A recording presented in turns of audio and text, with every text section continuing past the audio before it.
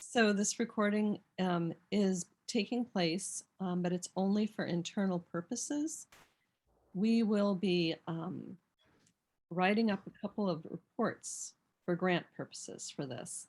And I want to ensure that I have everything down accurately. 3, I will be following up with you by email to send you resources related to the rebates and what we speak about tonight. Yareli, hello. Yareli.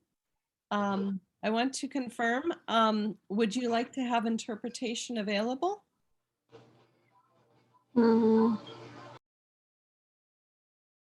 Sí. Jesús. Yareli, ¿habla inglés o solamente español? Oh, no hablo inglés. Ok, so, ¿necesita o gusta intérprete esta noche o solamente quiere escucharlo en inglés? No, lo puedo escuchar en inglés, está bien. Ok, si hay una pregunta que usted quiera hacer o algo que no entiende, por favor, confianza, hágalo y yo se lo interpreto durante la presentación, ¿ok? Ok, está bien. Gracias. All right, and next we want to make sure that we send the Target gift cards for you. We thank you for your time. And I don't have everyone's address. I have some people's addresses. But if you'd like to drop your address, your physical address into the chat, we'll make sure that you receive a Target gift card for your time tonight. And those are being supplied by Tobias Hecht, who's with us. He is a representative of the Clean Mobility Options, Chirp Solar Works, and California Climate Investments. And finally, like I said before, if you are not speaking, please mute yourself. And now I present Lori Walker, who is the Senior Project Manager for Equity Transportation from the Center for Sustainable Energy, to give you more information about our goals for this session tonight. So I hand it over to Lori. Thank you so much, Alice. Can everybody hear me okay? You can be a Great. little louder. I can? Okay, sorry. Again, I'm Lori Walker. I am the Senior Project Manager for the Equity team here at the Center for Sustainable Energy. And we administer several different transportation programs in the state of California. We are a nonprofit, and what our mission is basically to focus on decarbonization, making sure that we are doing anything and everything we possibly can to make sure that everybody's living within a sustainable lifestyle and reducing carbon footprint, and really keep an eye on that climate change. The purpose of this focus group really is we are working with a client, which we will share with you within the next couple of days when we send you out some additional information about the program. It's really important for us to make sure that as we are doing this outreach program on electric vehicles, available incentives for these electric vehicles, that people have a clear understanding of what that's all about. So this listening session is really designed to focus on where everybody's at in their journey as far as what electric vehicles are all about, what is the understanding of charging infrastructure for these electric vehicles, and then also what is the knowledge of the available rebates for these vehicles as well. So I just want to say thank you all so much for spending a little bit of time with us this evening. I'm very, very excited that we are working with California Interfaith Power and Light and you all to make sure that we're getting as much information as we possibly can to be super mindful about how we are creating our materials for this can be very complicated topic. And so we're super excited to hear your responses. So again, thank you so much. I so appreciate your time. Back to you, Alice. Thank you, Lori. And since we are a smaller group, and I expect that we should have a few more that will come on. But since we are a smaller group, I'd love to hear who we have around the table. I will call on each of you one at a time, and please tell us just your name, your city, and your house of worship or organization that you're with. And I'll say mine as a model, and then I'll call on people one at a time. So I'm Alice, California Interfaith Power and Light. I'm in Sierra Madre. And Jesus. Jesus Romero. I'm in Bayshore, California. And Tobias.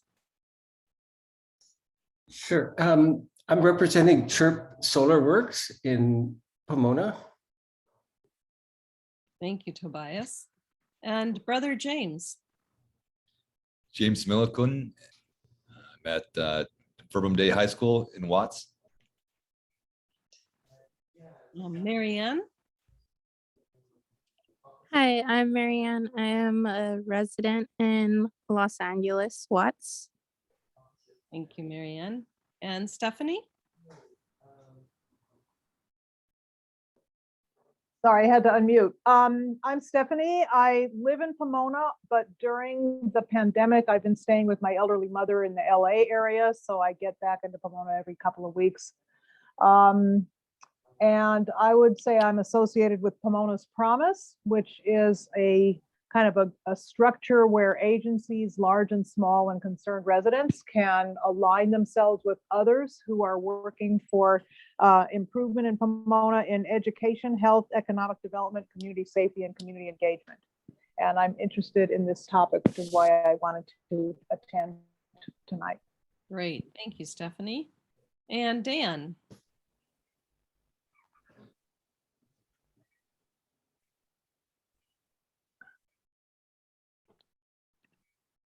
Let's see. Okay, while we get Dan, I'll go to Donna Lee, our friend.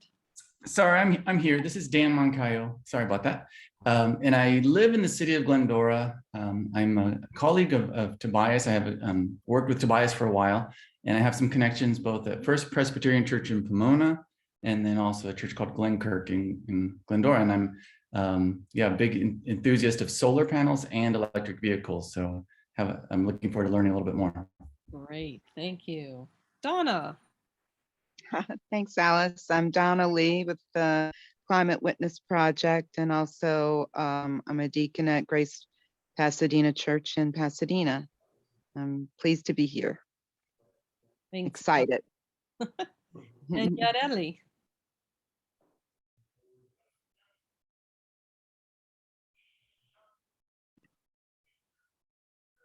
I think Yareli will tell us in just a moment.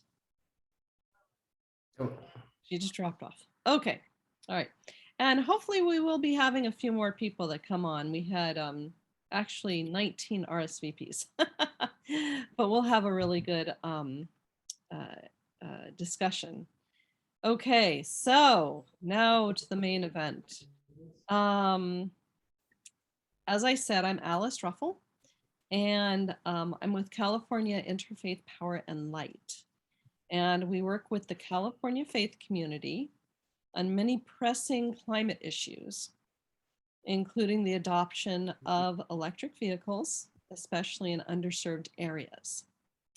And I'm excited to see some of my colleagues here, like Donna Lee, that are also working on climate issues. And I'm eager to hear your input on the following questions. And we're going to start with a poll.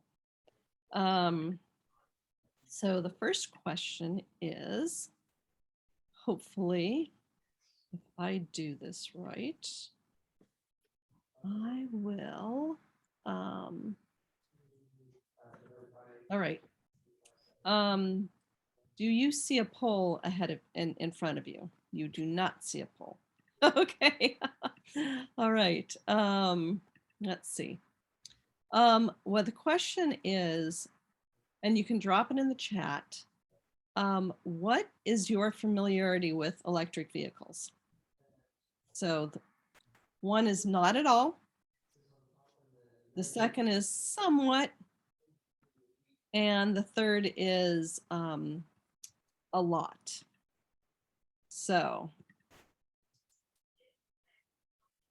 Okay, I think you might be able to see it now. Mhm. All right. So if you want to just check one of those, not at all, somewhat, or a lot.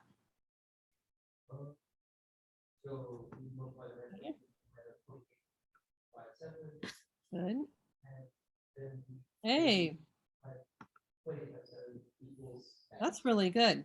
I'm actually going to put, yeah, a lot. This is really good. So we have a split. Half of you know somewhat, and half of you know a lot. So this is what we have. And I think that might be yeah. All right. So that's really good. So we're not starting from the beginning. We'll have a really good discussion. Okay. So the next question is, and what we're going to be doing is, Sorry, I'm not seeing the poll. I just chatted my answer. Am I?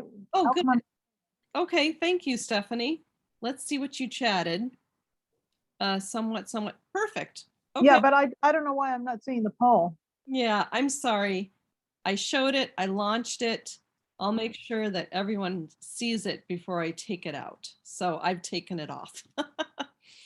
But thank you for your answer. I see it in the chat, which is great. So I would say that half know somewhat about electric vehicles and some know a lot, and come to this discussion with you know, clear ideas. So as I ask the next question, I invite you to speak. After you've spoken, please wait for others to speak. And you may answer all the questions at once or the one that you're most familiar with. Also, if you have any questions as we're going along in the session, please drop them in the chat and Lori and I will address them. So the first question for you, which I'm going to drop in the chat, is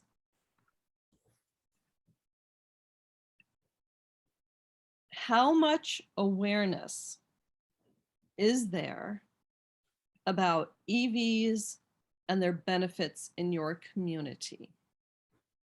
And drop this in the chat.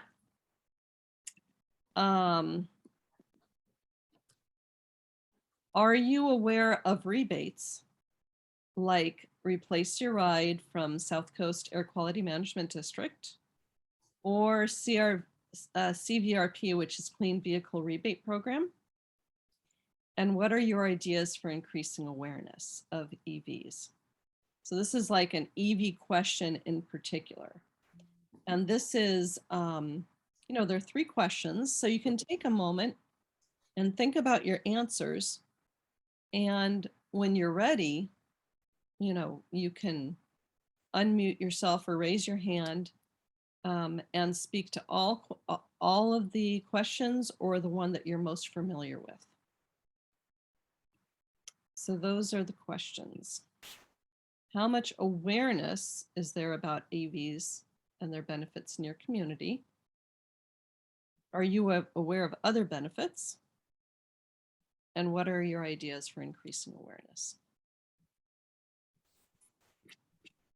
So when someone is ready, you can raise your hand or unmute.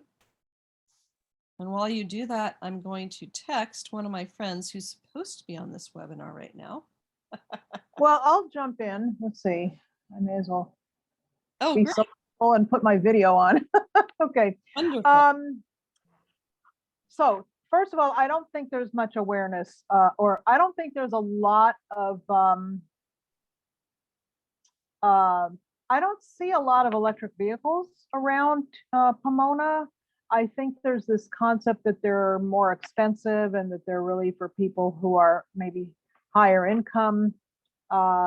This idea, what intrigued me about the invitation to this event was the possibility of getting rebates for lower to middle income people who are getting used electrical vehicles. I thought that was a really interesting idea because, you know, generally we want to really get as many people off of fossil fuel using cars as possible. So I don't think there's a lot of awareness about electrical vehicles, or certainly not about rebates for them. As far as getting the word out, that's always a challenge for any group that's trying to do any kind of community organizing. There are a couple of conduits, you might say, that can get information, that can, I hate to say this, but like to inject information into the veins of the community.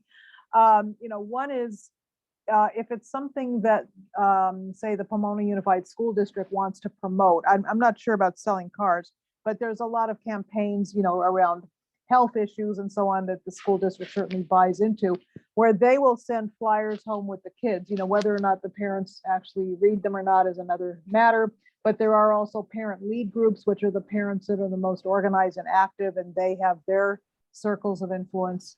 And besides the school district, for families that have children, that's one way. I would think that houses of worship in general would be a good way of getting the word out, you know, to people, you know, to the congregations. I would think that would be another way of getting information out to large numbers. Great, thank you, Stephanie. I'm sorry, there's one other thing, and that is that the city can send information out in the water bills. Personally, I never read that stuff, but it is something that they do from time to time. And again, I don't know if they would get behind selling cars, right? Unless it was part of a real promotion for an environmental issue, if it were couched that way. Great, thank you, Stephanie. And we're going to have another question later. What are the barriers to EVs? So we won't approach that yet, but that's really excellent input. Thank you, Stephanie. Who'd like to go next?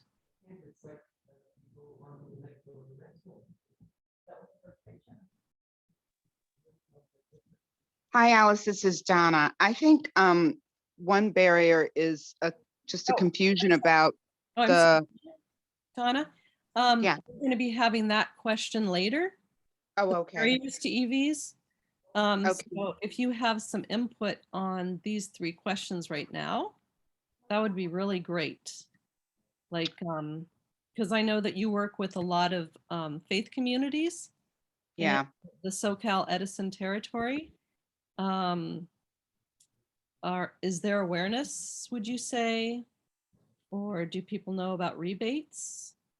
And ways That's actually what I was addressing. I'm sorry if I confused the issue by starting off by saying barriers, but yeah, I think it's a confusion about the rebates and what's current and what's not. And that's what I've noticed. And we do get notices in with our water bills also, like it was just stated they have in Pomona, that tell you about certain rebate programs, but sometimes there's some confusion about whether or not these rebate programs are still current, or if they've been reduced. So that's what I've noticed. Right.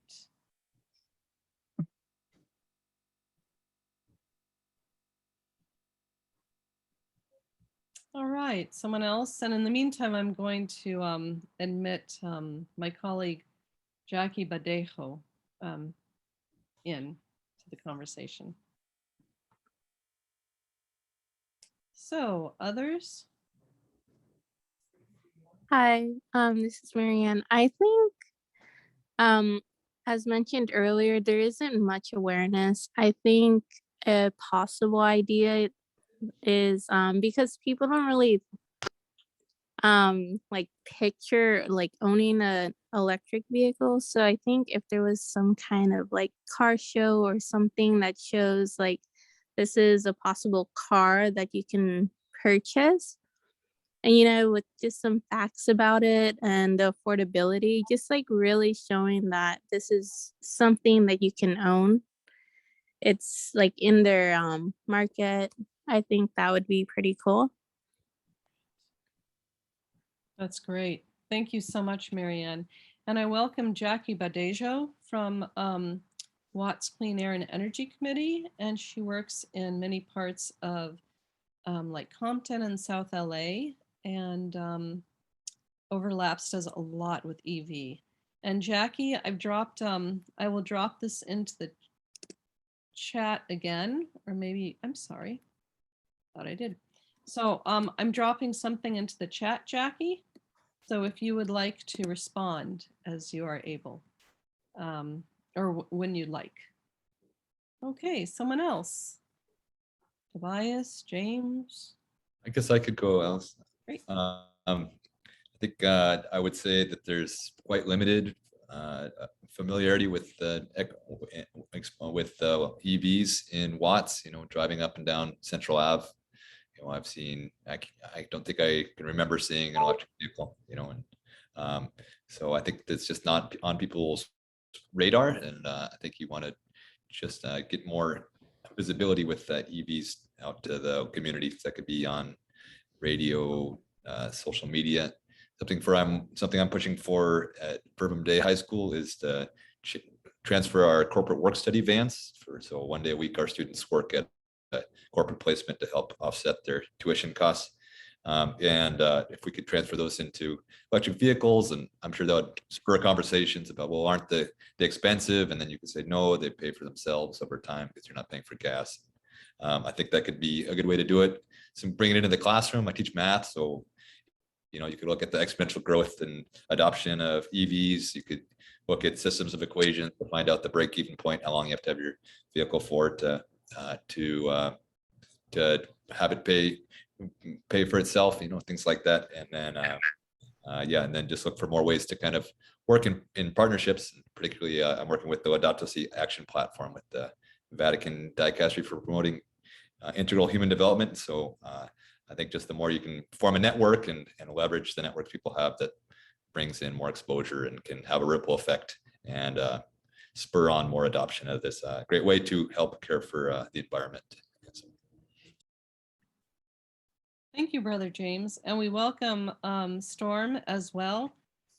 Storm is with WattsCon and Watts Community Clean Energy Committee, and works in South LA, parts of South LA that have SCE. So welcome. And we look forward to hearing your input, Storm, to the questions that are in the chat. So how about Yareli or Dan or Tobias?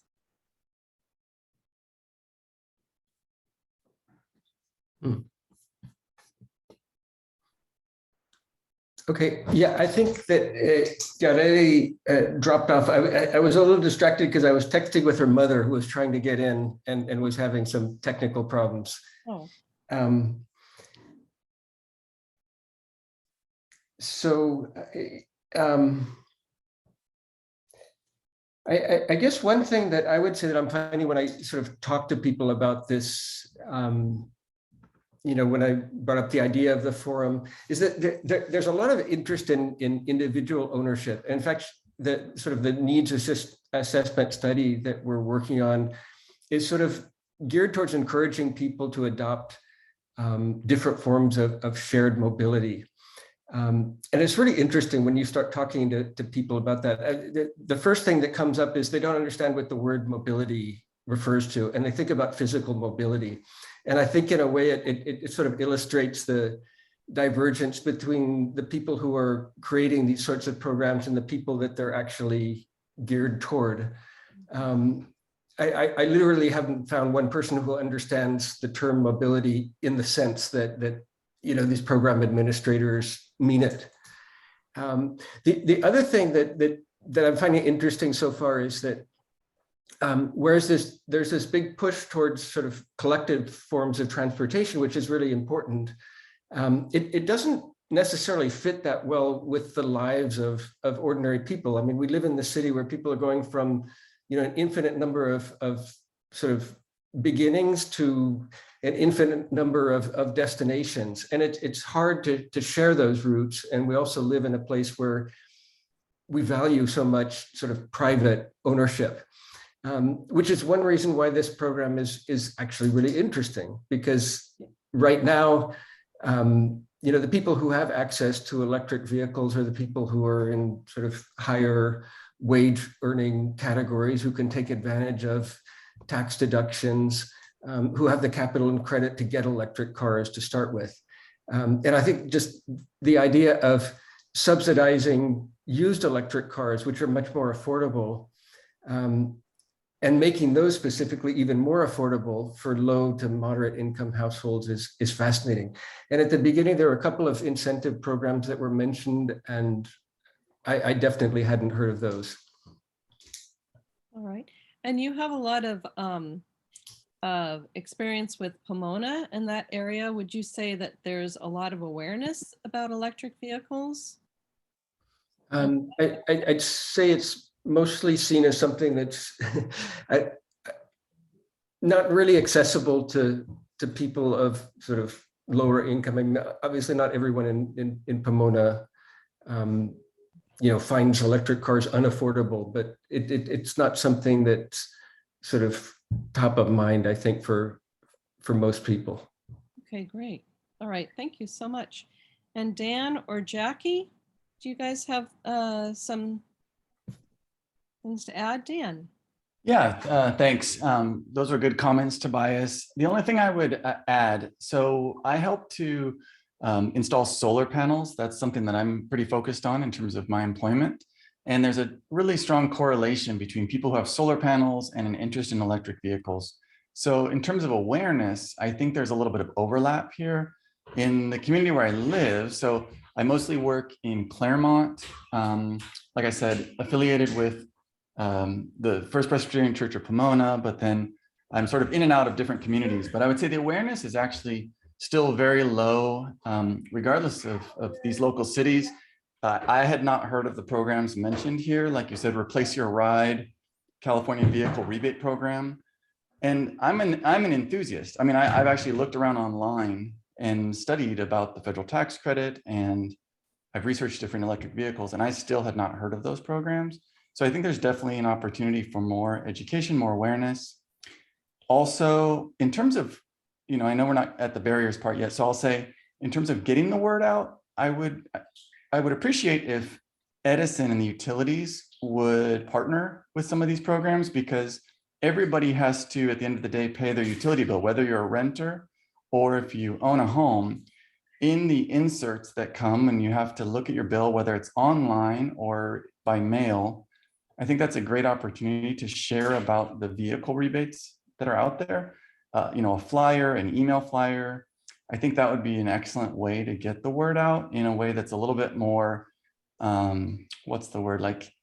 It would reach everybody as opposed to just those who can afford it, because people have some type of electric bill anyway. So that's one idea I would put out there. And then I like the idea of houses of worship, temples, interfaith centers, because that would also be a little bit more open to everybody. So yeah, just a couple of quick ideas there. Great, thank you so much, Dan. And there's a question from Stephanie. And before I get to that, Jackie, I was wondering if you wanted to add anything to this. We're gonna have a barriers question next. So if you have, yeah. Okay. Yes. Good evening, everyone. Jacqueline Badeja. So everything I've heard is great, and yes, we have the awareness on. Uh-oh. You muted yourself accidentally, I think. Can you hear me Yes. Yep. now? Yes. Okay, awesome. So I was saying the awareness is on the surface, but implementation seems to be the hardship, because, we as the people, that's why we're here tonight. We have to make sure the program is designed properly so the community is able to receive the information where everything is clear. I believe there's still some confusion out there, and that's one reason for sure that Watts Clean Air and Energy Committee, we are a co-lead on the AB 617 South LA Community Steering Committee, because being representing the voice of the community and putting the recommendations forward, that's what helps design these incentive programs. So we definitely have to be proactive on the legislative side to make sure that funding comes down for programs that works. And then as far as the faith houses, I believe that this is the perfect opportunity for churches to participate, being that they have real estate and communities. And I think that it's just a perfect opportunity for businesses to be made. It's a lot of assessments that are needed. Infrastructure is really the major part because, we're promoting this, but if a person gets an EV and they don't have a local area to charge, it's not a fast charger. What are we doing? How are we planning strategically? We need that strategic plan, and we need that one-stop shop where the average person can click on and everything is there for them. And there's a way, if they are not, if things are not clear, they can connect with someone. So like a navigation point statewide and national in order for any of this to work. And so I just encourage all of us to consider this as this infrastructure bill is in action, and there's no limit to the things that we can do, but definitely the education and that engagement to create the access needs to be expedited. Thank you. Thank you so much, Jackie. And our next question is about potential barriers, but I did want to get to Stephanie. Okay, so I think that one of the main things that has to be done to combat climate change in general is to wean as many people as possible off of cars that use fossil fuels. I have one of those right now, and affordability is an issue. I really hope that my next car would be an electric vehicle if it would be affordable to me, just because of commitment to trying to be part of the solution and not part of the problem. I think that the concept of there being rebates for used electric vehicles is a really good idea. And obviously we need to have charging stations all over the place. If people are, it's like, you have to do both. You have the chicken and the egg at the same time, right? You have to have charging stations and electric vehicles that are available. I have a question, and that's about the batteries. I don't know, like, for example, I was thinking of getting an e-bike, and those are pretty expensive too. And I thought, well, maybe I'll get a used one, but then I've heard that if you get a used one, you don't know if the battery's gonna conk out, you just don't know how long it's gonna last you. And the battery is the most expensive part. So you might save money up front, but then within 2 months have to buy a whole brand new battery that would be expensive. So I'm wondering if that's an issue with electric vehicles as well. If you get a used electric vehicle and then the battery gets shot and you have to end up spending a lot of money to replace it. Does anyone know if that's an issue with electric vehicles? I know that with any potential car, hybrid or EV that you get, you need to take it to an independent source and have the battery checked out and see how much life there is left on it. Like before you buy it? Yes. Hmm. Yes. Okay. Thank you so much, Stephanie. And I put the next question into the chat, and this is great. We're all going to have a lot of things to say about this, and we've already brought some of the things up, like infrastructure, charging infrastructure. What are the potential barriers to EVs in your community, to people adopting these? And I do want to call on Donna because she has her hands raised, and you can tell us that and tell us what else is on your mind, Donna. Sure. Potential barriers, I think, go back to exactly what Jackie was expressing.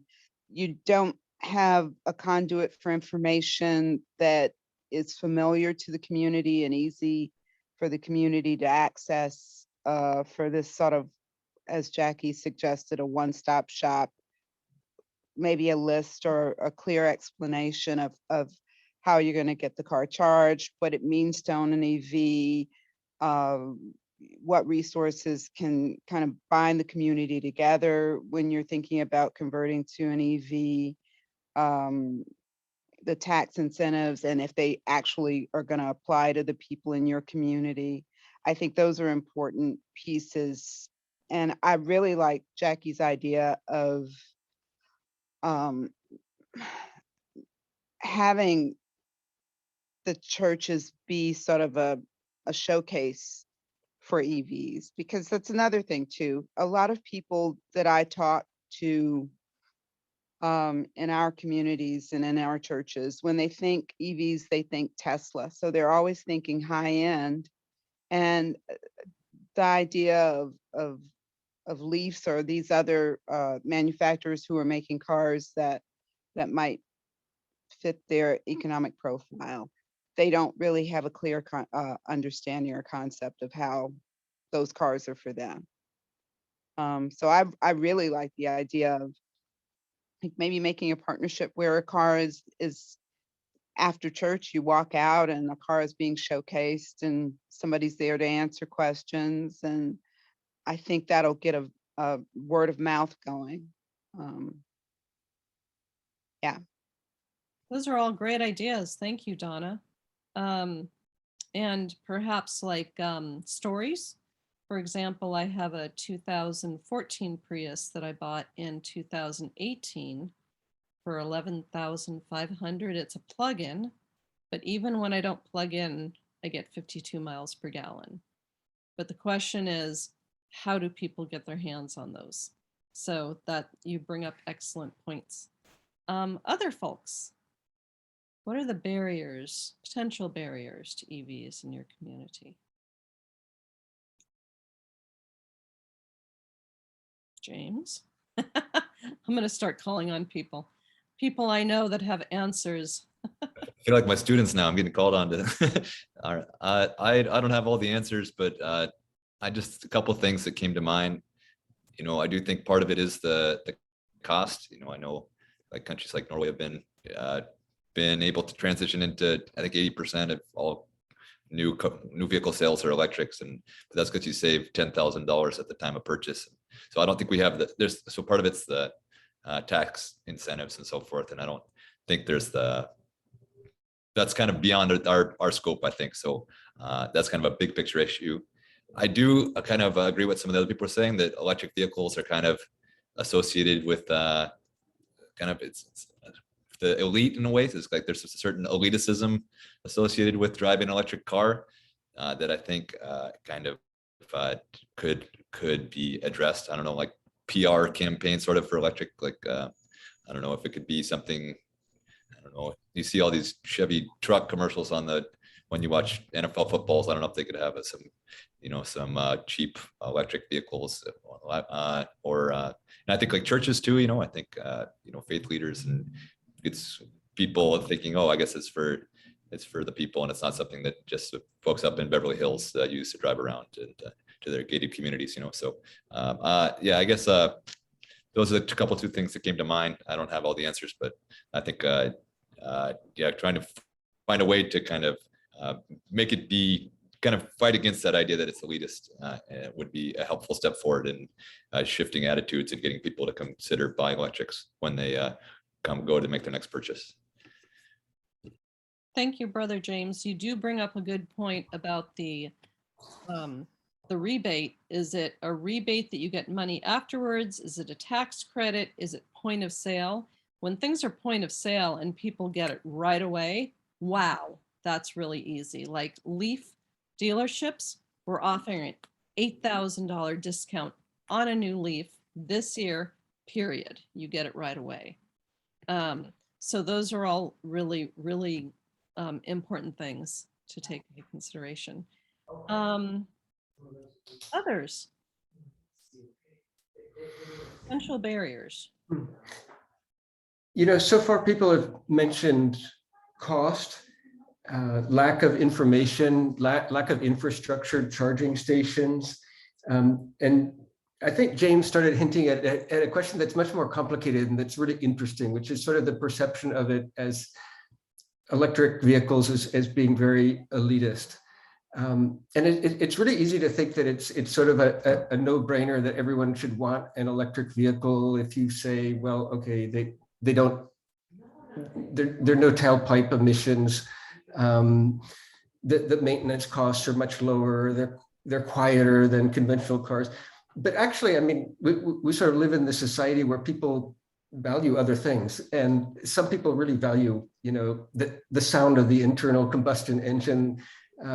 We live in a place where car culture is so important, and there's so many people within that car culture who really, I think, resist the idea of electric cars. You know, they're not stylish to them. They're not appealing in that sense, and I think that's a huge barrier. It's, you know, if you compare it with like vaccine hesitancy, you know, to a lot of us a year ago, it seemed like, of course, everybody would want the vaccine. But now, you know, maybe a third of people who are eligible definitely don't want it. And I think these are the things that are actually really, in some ways, hardest to fight against. You know, the technical challenges mostly have solutions, but people's preferences and tastes are very complicated. Thank you so much, Tobias. Jackie, I see you have your hand up. Yes, I agree. That's very important. What was just said. And another thing that came up to me was the actual dealerships themselves. So I used to work for a car dealership, and it is a culture of its own, I would say. And a lot of it is embedded in racism and so many other isms that are tools to just, you know, destroy community and people. So I believe that we have to start making dealerships accountable too. I know it's a business, but this is business of the world. And so I think that we have to have a meeting at the well or meet them somewhere to create these systems. And that simultaneously we have to assess and prep the community so we can get them positioned to receive these incentives and, you know, actually make the purchases as we are in this transition of transportation. So it's, when I say community, I mean the individual, the business, and the overall community, which incorporates the infrastructure. It has to be the whole of the community, or, you know, we're gonna, if the barriers that we think we have now, they'll be far more greater in the future. Thank you. You know, Jackie, you bring up a really good point as well. So for this SCE rebate, will it be for private purchases? Is it for dealerships? Is it for both? And what is the process for both of them? So the dealerships really have to be educated on this. And then, like, if I bought my Prius from a private, it was a private transaction, would I have gotten the rebate? And how is that process? So the process needs to be outlined very clear as well. Marianne, did you want to add, or Donna? I'm sorry, Donna. Yeah, what Jackie's saying too, there is in some of the organizations and underserved communities that we work with, there is the financial literacy piece that is sometimes comes into play, and you want to try to figure out how to speak to people's concerns without having to force them to engage with these organizations that have built mistrust, like the car dealerships. So because buying a car is a big ticket item, I would say maybe leaning into some of the influencers, maybe making partnerships with influencers who already speak to the community. Like I know there's an influencer on YouTube, and his name is Diamond Edwards, and he does a lot of clips about financial literacy that just break things down in a way where you can consume it quickly and then, you know, continue to do the thing that you're doing to make a living or to take care of your family. It's not just like something that's just an overwhelming line of foolishness, is how it might be assessed. It really is just like, here's a clear-cut means to do this next big thing that you have to do. So probably engaging with influencers, and maybe, I don't know, some ideas for what Tobias was saying, I think is real about, you just to be blatant, the unsexiness of an EV car for the youth market, and in particular, if you're trying to convert, youth as buyers of EV cars, just maybe there's some program to make them just a little bit cuter. I don't know, for kids. Maybe you can wrap some of the EVs and that you have on display, or do something to kind of make buyers who were in the 20 something set say, yeah, that's something that I wouldn't mind owning. That's great. Thank you so much, Donna. And just to do a time check, we have 9 minutes left. I would like to hear from the rest of you about barriers. And I've also put this question in the chat. Would you like to see more EVs in your communities? If so, why? Like, what do you see as the benefits? But I know that Dan has his hand up, and possibly if Marianne, if you'd like to tell us about the barriers, potential barriers in your community. I'll go to Dan first. Dan. Yeah, thanks. Just learning how to raise my hand here, so I figured it out. So really quickly, I wanted to share one other barrier that hasn't been mentioned yet that I think needs to be addressed. I'm agreeing with all of these points, including this idea that it's almost like there's a bias there socioeconomically, as Tobias mentioned about this elite perspective. But one other barrier is the reality of range anxiety, this term of, hey, some of these electric vehicles, if we're not talking about a Tesla, or not talking about one of these more premium kind of expensive electric vehicles, you do need to be aware of the capabilities of some of these vehicles. And for those who have to do a long commute, there are just some infrastructure realities, some limitations there. So if somehow there could be more of an educational piece to teach folks what it's like to live with an electric vehicle that may not have the range. When we talk about the Nissan Leaf, it has a more limited range than, say, that 300-mile range of a Tesla. And so that's another factor that needs to sort of be at least addressed, because even if somebody can receive a subsidy for, let's say, a 6 or 7-year-old used Nissan Leaf, it may not be the right vehicle for them to meet their commute requirements. One of those BMW i8s, I guess they're called, I've heard stories, some horror stories about people buying a used one and it doesn't meet their range requirements. So just wanted to throw that out as another barrier. I currently have a plug-in hybrid vehicle, and part of that is the concern, like, hey, I do like to occasionally go and visit family up north, and I don't want to get stuck without a charging station. So I don't have a really creative solution for this, but maybe a little bit more education, like I said, just those practical realities. So just wanted to throw that in there. That's great. Thank you so much, Dan.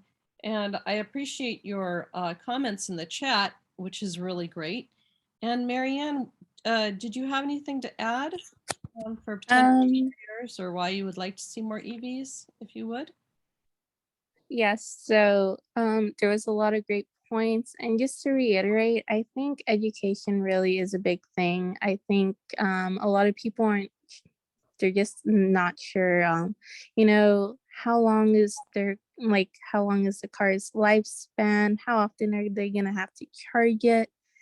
Just where are all the things that they would need to, to make the car work. So the charging stations, if my car, if there's like an issue with my car, where would I take it to? Since there are not, since you would have to take it to a different kind of mechanic, since it is an electric vehicle. So I think things like that, just having some form of maybe a pamphlet, a video, something really easy to navigate for them to have those resources ready for them so they can see if they have any questions, like where to find that. Really good points, really good points. Thank you so much. Other folks, let's see. Jesus, we know that you're in Bakersfield, but do you see barriers, potential barriers in your community? I mean, you're in PG&E territory, but you know, Kern County is not far from you. So, No, I think, Valley. you know, I looked up really quick the whole replace your ride. And I actually, in the comments, I did put it in there. Currently, the rebate is up to $9,500. Awesome. But some of the key factors everybody has pointed out, yeah, everybody likes that engine sound. The repairs, yes, maybe it costs less, but does it really cost less? Because right now, if something happens to any of my vehicles, I can work on it. I can take it down the street to the neighbor, to the body shop, to whatever, to get on it. Where now with an electrical vehicle, I have to take it to a specialist. Now, in my gas vehicle right now, at least here in Bakersfield, some of the cheaper rates, $65, $75 an hour, $85, $110 an hour just to look at it. I would imagine for an electrical vehicle, it might be even higher because it's now a specialty. I live in an apartment, you know, I know, and I don't want to speak for anybody else, but I know in the LA area and some of the bigger cities, that's what you have. Unless your apartment complex is willing to put up charging stations, there isn't. I can tell you, I have seen growth of here in my area, right across the street from me. I have a shopping center and it's got a Pandera and it's got a couple of charging stations there. They started out with one. I believe they're up to about 5. But yeah, the distance, you know, if I'm only going to get 150 miles and I want to go to LA and it's 200 and something, where do I stop to recharge? You know, if my apartment complex doesn't want to put a charging station, how do I charge my car? You know, as a single parent, I'm running from work to school to back to the home and vice versa. I can't spend 30, 40 minutes at a charging station to charge it. They made Dan made references, or somebody, I believe, or Dan was in the solar system, and that made me think of the reference to the Teslas. I know some of those Teslas because I was interested in the truck. One of the options is a solar system that it will open up and be able to charge. But then again, how long do I park it? Or is it just going to open up the solar system and charge while I park and I'm at work? So I did like the idea of, I know one of your questions was how to distribute information. I thought it was a great idea, you know, sending it out in the bills. The rebate only goes for buying off of dealerships, not private parties. So I know that's another concern. If I want to buy the car from you, Alice, I don't get a rebate. You know, I have to go to a dealership, which most people know there's already a markup.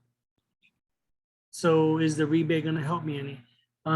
But I know here in Bakersfield, we are rapidly growing. We have people coming in from, you know, whether it be up north, Sacramento, San Francisco, Fresno area, or down south LA, they're moving into Bakersfield because we are a lower cost of living out here. And we're right in between everything. So people don't mind commuting even up to Valencia.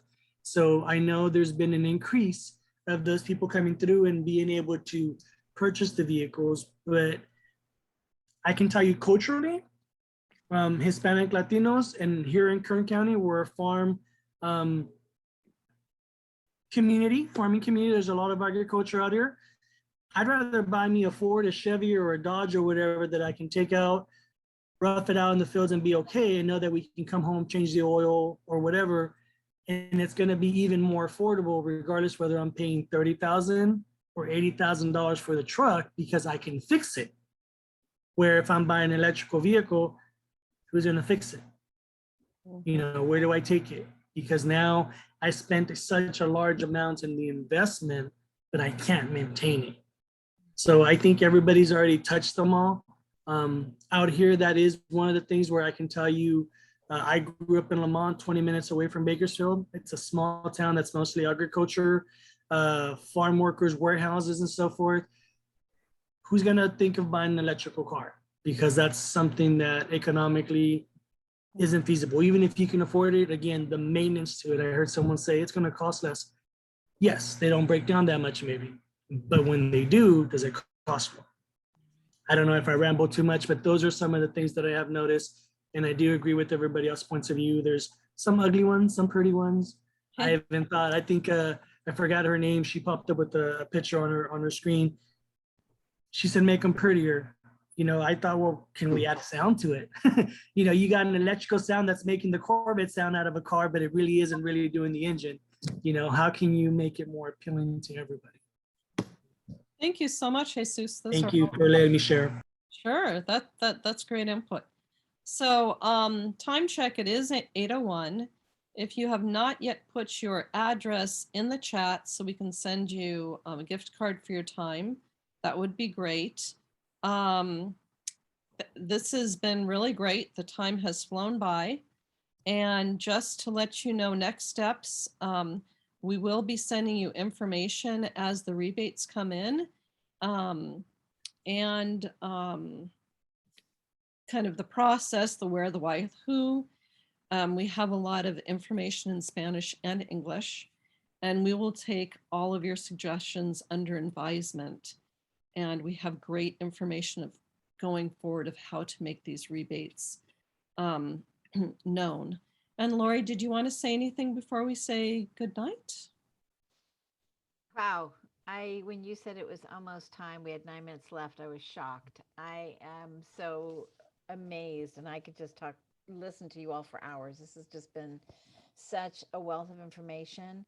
There were so many opportunities there were so many times when I just want to jump in and just kind of answer some of those barriers that you all are talking about and some of the concerns. We are trying so hard. Not just our organization, a lot of organizations out there, you know, the California, the CEC, the CPUC, the utilities, CARB. There's so many organizations out there that are really trying to get this information out, especially into our priority populations. My team specifically, just so you know, that's the group that we reach out to. That's all we do. And we hear this over and over, and it's frustrating because there are a lot of programs out there. There's money to be had out there for folks that qualify, who are low income. And it's frustrating because there's a lot of confusion out there. And I don't remember if it was Jackie who said it, but there's a lot of confusion out there about the different programs. And is there funding? Is there not funding? And how do I apply? And I've got to apply in this application, that application. And it is frustrating. It's very, very frustrating because the bottom line is we want to make sure that we are getting our communities the resources that they need, making it as easy as possible, not making it complicated. And I just so value each and every one of your opinions, your sharing your thoughts on this. This will continue to help us refine. I'll take this information back to all of our stakeholders that are funders, to say, this is what the audience is saying. This is what we need to focus on. And so I just greatly, greatly appreciate each and every one of you spending time with us, more than my words can actually express. We're going to be working more with California Interfaith Power and Light, at least for the California, for the Clean Vehicle Incentive Program. To get the word out. So she's going to be having a lot more resources as far as, you know, an EV 101 or a charging 101 and information about all the incentives. One thing that we do is we focus not only on our rebate, but we actually have a savings calculator that people can just put in their annual income. There's no personal information, zip code, and then it'll actually print out or show on their computer how many rebates they can actually probably take advantage of. So that's key. We want to make sure that people can stack these incentives on top of each other. So more information is coming. So that's the good news. And I am just so thankful for each and every one of you for spending time with us this evening. This was absolutely fabulous, more than I could have could have dreamed. So just, that's all I just wanted to say, is just my sincere thanks for your time this evening. Thank you, Lori. And we will be having another session next Tuesday at 7. So if you know of anyone that would like to attend, let me know. So thank you so much. Thank you so much for your time. We look forward to continuing the discussion. So thank you. Bless you all. Have a good evening. Thanks, Alice. Thanks, everyone. Have a good night. Bye-bye.